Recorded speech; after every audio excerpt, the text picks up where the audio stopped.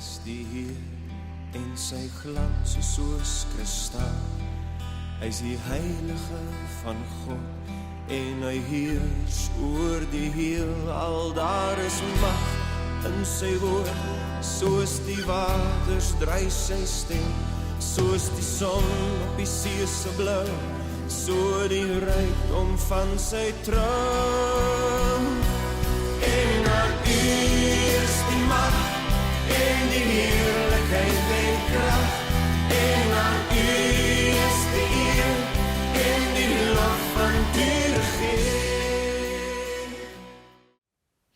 Goeiedag liefdes, dis Dinsdag en gisteroggend het ons stil gestaan en net gesien hoe Christus regtig die God is van alle mag, van dat hy die een is wat die skepping gedoen het en agter dit gestaan het, en dit is deur hom en vir hom.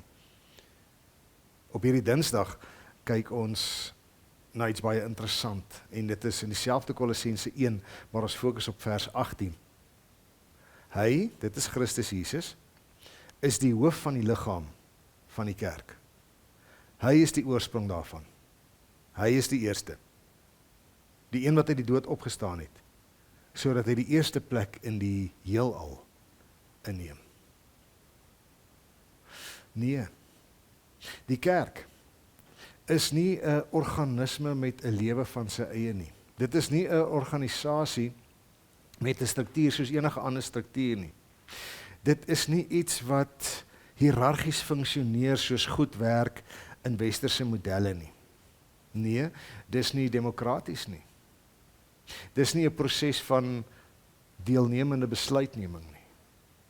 Die kerk, die gemeenskap van hierdie God aan wie gegee is alle mag, hierdie Christus, is eenvoudig sy liggaam waarvan hy die hoof is. Dit beteken dit is 'n teokrasie. Hy staan aan die hoof daarvan. Hy gee die pas aan. Hy gee die rigting aan. Dit gaan alles net oor hom. Dit gaan oor wat hy wil, waarheen hy wil, wanneer hy wil, hoe hy wil en hoekom hy wil. Want hy is die hoof van die liggaam van die kerk.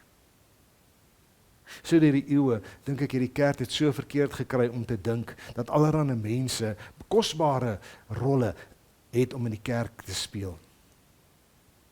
Pause, biskoppe, dominees, synodes, strukture, kerkrade, kommissies, opinievormers.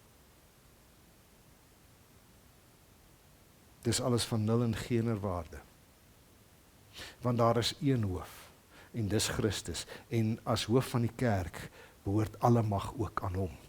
Soos alle mag aan hom behoort het by die skepping en die onderhouding daarvan, so behoort alle mag by hom in sy gemeenskap wat hy noem sy kerk. Hy alleen, sy besluite alleen, sy wil alleen, sy rigting alleen. Dit maak nie saak watter opinievorm kan homself hoe goed uitdruk en 'n nuwe leer of 'n ander leer invoer nie.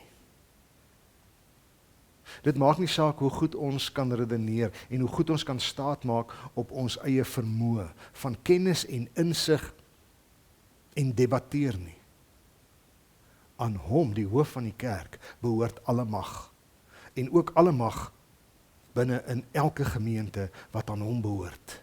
Dit gaan oor Christus, dit gaan oor niks en niemand anders nie. Dit gaan oor hy wat die waarheid is. Hy wat sê, ek is die weg, die waarheid en die lewe, en daarom kom niemand na die Vader behalwe deur hom nie. So vergeet maar nou vandag van al die indrukwekkende lere wat verkondig word deur sulke charismatiese persoonlikhede. Wat dit op sulke interessante en dinamiese maniere kan oordra. Maar is leuns, want het ontken die hoof van die kerk, Christus. Dis nie 'n paus nie, dis geen mens nie.